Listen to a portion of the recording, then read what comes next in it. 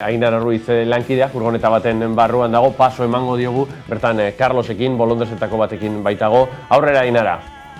Hemen gaude Carlosekin, bera Mirentzin gidariakeko kidea da, kaixo? Kaixo, atzalon. Kontatu pixka bat, ez dakienarentzat zer den Mirentzin gidariak, nondik sortzen da edo?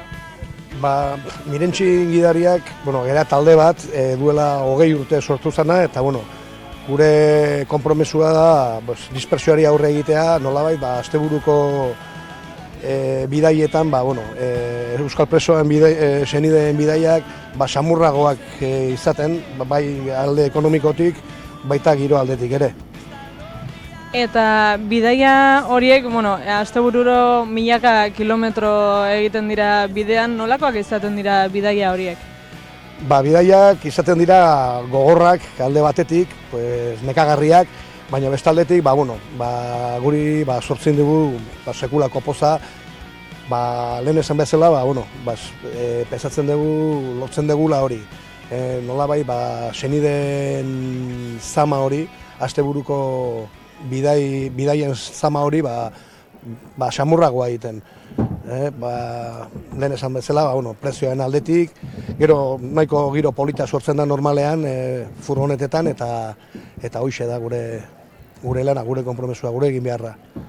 Ikusi ditugu kalean hor ikusten ari gara baita boletoak eta rifak eta saltzen kideak, esan duzu diru bilketa bat egiten dela, diru hori nora joaten da? Gu bidai gehienetan galera ekonomikoa sortzen da, eta galera ekonomiko horri aurre egiteko ibiltzen gira, gauza desberdinak antolatzen, boletoak saltzen, sagardotegiak, jaialdiak, kontzertuak, eta horrela lortzen dugu dirua bizkat jarraitu ahal izateko kontu honekin, ez?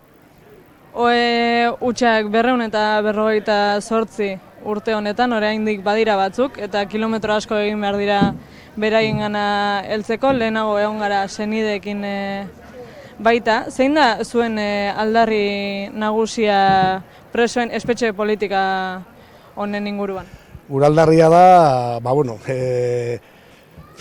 aldarria argi dago, kalea beteta dago, aldarrikapena da betikoa, ez? Gure presoak kalean nahi ditugula, eta bitartean, guk argi daukagu, gure egin behar honekin jarraituko degula, ez ditugu inoiz bakarrik utziko, gure presoen senideak, eta aldarrikapena argi dago, ez? Etxera ja, lehen bai lehen. Nola hartzen dute senideek zuen laguntza hau? Sekulako esker honez, normalean, denetatik dago, baina oso eskertuak. Batzuk nik pesatzen dut, Mirentzinengatik izango ez balitz, askotan ezingo luketela bere bidaiak gauzatu. Batez ere, diruarengatik. Dirua aipatu duzula platoan ere esan dute orain, udaletxe parean txokolatea saltzen izango zaretela. Bai, Nafarroko taldea. Bere txokofurgoarekin etortzen dira urtero, eta hori biltzen dira, txokolatea saltzen, eta dirua lortzeko. Eta bide batez, eskertzen da, egiten duen hotzarekin, txokolate berua. Beraz, hortxe, Carlosen hitzak txokolate beroa hartzeko deia luzatzen diogu gonbitea ikusle guztiei, eta besterik ez, boletoak kalean saltzen ari dira, eta Mirentzinek bide luzea du oraindik egiteko espetxe politika hau aldatzen ez den bitartean.